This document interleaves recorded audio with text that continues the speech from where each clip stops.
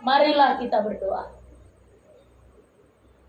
Allah Bapa di dalam surga, kami mengucap syukur Tuhan pada malam hari ini Engkau mengumpulkan kami kembali bersama-sama, berkumpul dan bersekutu di tempat ini, memuliakan nama Tuhan dan mendengarkan firman Tuhan. Kiranya Engkau pun berkenan menolong kami agar kami dimampukan untuk mendengar dengan baik dan memahami dengan baik firman Tuhan. Amin. Shalom. Shalom. Bapak Ibu jemaat yang dikasihi Tuhan, nas khotbah untuk kita malam hari ini tertulis dalam kitab Lukas pasal 9 dimulai dari ayat 22 hingga ayat 27. Lukas pasal 9 ayat 22 hingga ayat 27. Marilah kita ikuti dalam hati kita. Saya akan bacakan untuk kita. Pemberitahuan pertama tentang penderitaan Yesus dan syarat-syarat mengikut Dia.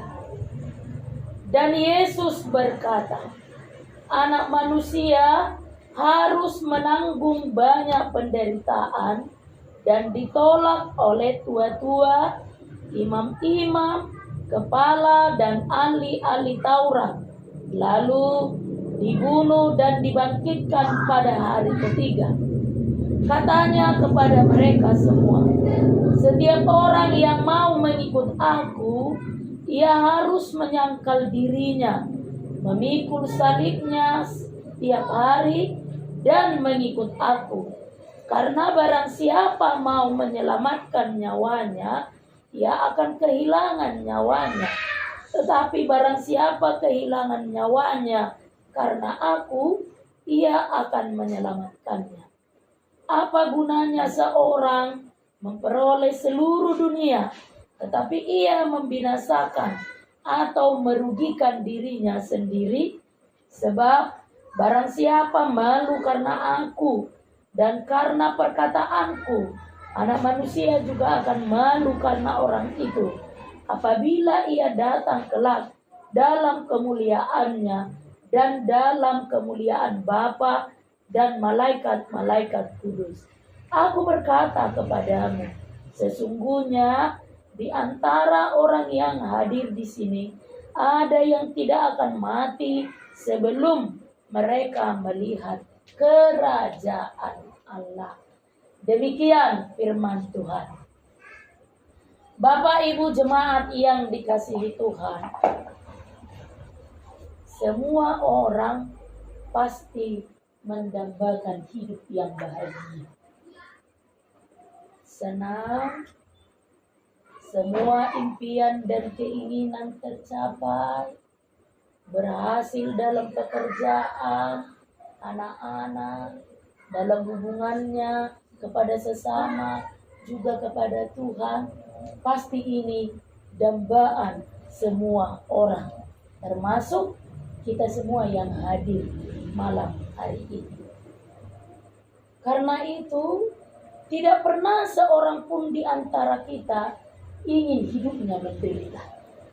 Ya kan? Gak ada satupun manusia di muka bumi ini yang ingin hidupnya susah, yang ingin hidupnya jauh dari kata bahagia. Tetapi kenyataannya, mari kita lihat Bapak Ibu jemaat yang dikasihi Tuhan. Apakah dalam perjalanan hidup kita ini, hidup kita selalu bahagia? Tidak. Apakah dalam perjalanan hidup kita ini, hidup kita selalu senang? Tidak. Apakah semua yang kita kerjakan berhasil? Tidak. Apakah semua yang kita cita-citakan dan kita inginkan semuanya tercapai? Itu pun tidak. Walaupun semua mendambakan supaya hidupnya bahagia, tetapi pada kenyataannya ketika kita menjalani kehidupan kita, gak selalu bahagia, gak selalu senang, Gak selalu keinginan dan harapan kita itu tercapai. Tetapi perlu juga kita ingat, Bapak Ibu, seperti pepatah yang mengatakan, kita tidak akan pernah merasakan manis kalau kita tidak merasakan pahit. Kita tidak akan pernah merasakan manisnya hidup ini sebelum kita merasakan bagaimana pahitnya hidup ini. Jadi dengan kata lain, rasa manis yang kita nikmati itu setelah kita belajar dan melalui banyak hal yang pahit dalam kehidupan kita. Itu sebabnya kita sering menasihati anak-anak kita kan. Ayo rajin belajar supaya jangan susah seperti mama, gitu kan? Mungkin kita pun mendengar juga nasihat itu dulu dari orang tua kita. Burju-burju wa manginanda namar sikolaida nangi hutto dongamu marmeam-meam jala mardeda-ngeda. Asa suman ngolum unang susah homuse songonau maol masari dulu. Songoni ditahe dapuda unak kamangina. Karena kita udah tahu rasanya pahit itu seperti apa. Sehingga kita berusaha, kita belajar, kita berjuang supaya manis itu juga kita nikmati. Dan seharusnya Bapak Ibu jemaat yang dikasihi Tuhan, prinsip hidup yang seperti ini juga harus dimiliki oleh orang yang percaya kepada Tuhan. Harus dimiliki oleh orang yang mengikut Kristus dalam perjalanan hidupnya. Jadi sepanjang hidupnya ada suka, ada duka, ada susah, ada senang, ada sakit, ada sehat. Orang yang percaya Kristus pun harus pegang prinsip hidup ini. Jadi jangan terjebak, jangan jatuh kepada sebuah teologi sukses yang mengatakan kalau dekat kepada Tuhan akan jauh dari kesusahan. Kalau rajin beribadah, segala yang dikerjakan akan berhasil. Kalau terlibat dalam pelayanan, kalau aktif dalam pelayanan di gereja, apapun yang dikerjakan semua akan berhasil. Itu yang dinamakan teologi sukses. Tetapi prinsip hidup orang yang percaya, yang hidupnya telah dipertaruhkan untuk mengikut Kristus, tidak demikian. Karena apa, Bapak Ibu? Sama seperti nas khotbah kita malam hari ini. Yesus sendiri pun dia memberitahukan tentang penderitaannya.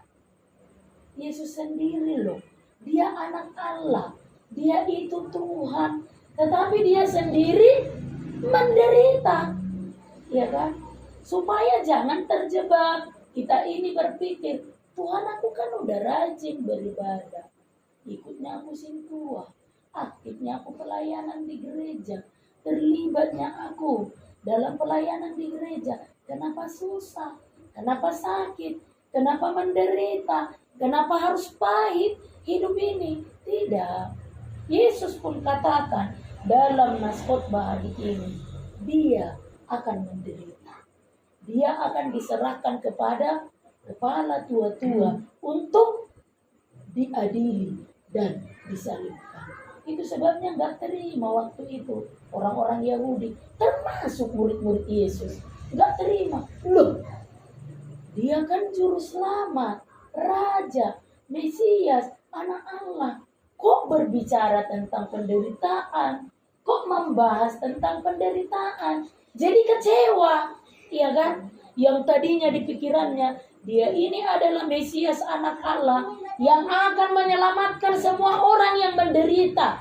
Kok tiba-tiba dia katakan bahwa akan tiba waktunya dia akan melalui penderitaan. Karena itu Bapak Ibu jemaat yang dikasihi Tuhan, dengan pemberitahuan Yesus dalam nas khotbah malam hari ini, maka kita harus menyadari sebenarnya tidak mudah untuk mengikut Kristus. Jadi jangan pernah menganggap mudah, ringan, kecil, itu remeh. Mengikuti Yesus itu murado ulah honoton. Neang doi muradoi ulah honoton. Jangan. Karena apa?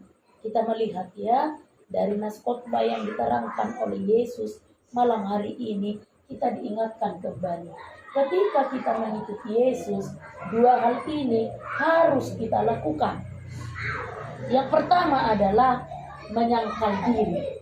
Ini harus loh. Kalau harus itu tidak boleh tidak. Wajib untuk dikerjakan. Wajib untuk dilaksanakan. Apakah itu? Menyangkal diri. Dan ini syarat yang utama. Bayangkan, na ikona dong di babasan hadiriota molotarok kita situ Kristus. Kalau kita mengaku sebagai pengikut Kristus, yang utama harus kita miliki adalah menyangkal diri. Supaya apa? Mahkota kehidupan itu sampai kepada kita. Hadiah karena kesetiaan kita untuk rela menderita dan menyangkal diri itu sampai kepada kita. Dungi lehono matu ibana tupal haruani akan diserahkan kepadanya mahkota kehidupan itu ketika kita setia menyangkal diri kita. Ada seorang ahli mengatakan, Bapak Ibu, Scott Hubbard mengatakan, perintah Tuhan pada mulanya mungkin terkesan tidak baik. Nah, terkesan tidak baik dan berat bagi kita. Ketika kita membaca firman Tuhan, mendengar firman Tuhan, mungkin akan terasa berat bagi kita. Namun, jika kita merenungkan dan melakukan dengan baik, maka kita akan mengerti kebaikan Allah dalam hidup kita. Ya kan? Itu sebabnya khotbah 2 minggu yang lalu. Dengarkan, pahami, lalu setialah melakukan. Maka apa yang akan kita dapat? Kebaikan Allah. Bahkan generasi kita yang berikutnya pun akan mendapatkan dan menikmati kebaikan Allah. Tetapi Bapak Ibu jemaat yang dikasihi Tuhan, menyangkal diri ini kita pun harus akui bukanlah mudah untuk lakukan ini. Ulau namau doon, sulit pekerjaan menyangkal diri ini. Karena pada kenyataannya banyak orang mengatasnamakan kebebasan untuk menghalalkan segala perbuatan. Ya kan? Ayolah, iportibion do pehita. Iyo kan? Saliling portibion. Ulahumma. Justru alana di portibion do hita harus mampu menyangkal diri. Ay molo dang iportibio kita tahe doson na buhado ya kamangina. Bagaimana kan? Ya kalau sudah tidak tinggal lagi di bumi ini, itu artinya kita sudah menjadi mayat. Emang ada lagi yang boleh dikerjakan oleh mayat? Yang enggak ada. Jadi jangan lagi terpengaruh dengan perkataan sesama kita yang katakan, udahlah, kan masih di dunia ini, nikmatilah. Itulah alasan orang yang mengatasnamakan kebebasan. Sehingga sulit orang menyangkal dirinya. Tetapi malam hari ini Bapak Ibu, supaya mahkota kehidupan itu sampai kepada kita, maka setialah untuk menyangkal diri. Yang kedua yang harus kita miliki adalah mengikuti Yesus berarti memikul salib. Mengikuti Yesus itu artinya kita bersedia untuk memikul salib. Bagi orang Romawi, salib itu adalah hukuman. Orang yang berdosa, parjahna sumalib, molodidok kata batakna. Kalau pengadilan memutuskan supaya dia hukuman mati, maka saliblah yang harus dia kerjakan. Dan yang dihukum mati itu, yang memikul salib itu, ketika putusan pengadilan sampai ke Golgota. Golgota itu memang tempat orang-orang jahat disalibkan. Itulah arti salib. Jadi gak mudah memikul itu, berat, menderita, sakit, penuh perjuangan. Seperti yang kita bayangkan ketika perjalanan Yesus setelah diadili sampai ke Golgota. Sakit, menderita, asing do pelicing, soalnya maka percaya. Hanya Bedanya dengan Yesus, orang jahat yang dihukum mati itu, dia memikul salibnya karena dosanya. Tetapi Yesus, dia memikul salibnya sebagai ganti kita. Ganti kita yang berdosa. Bukan Yesus yang melakukan dosa. Karena itu, salib itu adalah lambang penderitaan. Jadi kalau firman ini katakan, orang yang mengikuti Yesus itu, dia harus memikul salibnya. Rela menderita. Mau menderita. Ikhlas untuk menderita. Jadi topik minggu kita untuk hari Minggu itu di minggu ini tanggal 15 dikatakan Allah berbuat baik kepada. Jadi jangan pernah bersungut-sungut kalau mampir penderitaan dalam hidupmu. Karena Yesus berbuat baik. Jadi Allah itu sekalipun mengizinkan kita sakit, mengizinkan kita menderita, mengizinkan kita untuk susah, mengalami kerugian, tetapi ingat itu bukan beban. Allah mengizinkan itu terjadi untuk kita. Supaya apa? Setelah itu terjadi, rasa manis akan kita nikmati. Jadi jangan takut. Itu yang mau dikatakan. Ketika kita mendengar salib, jangan takut. Unang marungutungun, unang mabiya. Karena apa? Allah mengizinkan penderitaan terjadi. Bukan untuk membebani hidup kita. Ingat ya Bapak Ibu, bukan untuk membebani hidup kita. Lalu untuk apa? Mari kita buka Alkitab kita. Roma 5 ayat 3 sampai 4. Silakan dibuka. Roma 5 ayat 3 sampai 4. Sudah? Roma 5 ayat 3 sampai 4. Marilah kita membaca dua ayat ini bersama-sama. Roma 5 ayat 3 sampai 4. Dan bukan hanya itu saja, kita mengalah juga dengan kesengsaraan kita. Karena kita tahu bahwa kesengsaraan itu menimbulkan ketekunan, dan ketekunan menimbulkan tahan uji, dan tahan uji menimbulkan pengharapan. Inilah tujuan Allah mengizinkan supaya kesengsaraan itu terjadi. Supaya apa? Kita menjadi manusia yang tekun. Supaya apa? Kita menjadi manusia yang tahan uji. Sekali lagi, bukan menjadi beban, tetapi menimbulkan ketekunan dan menjadikan kita menjadi pengikut Kristus yang tahan uji. Jadi, Bapak Ibu jemaat yang dikasihi Tuhan, setialah mengikut Tuhan sampai akhir hidupmu. Setialah mengikut Tuhan sampai akhir hidupmu, karena itulah kebahagiaan yang sesungguhnya. Amin. Mari.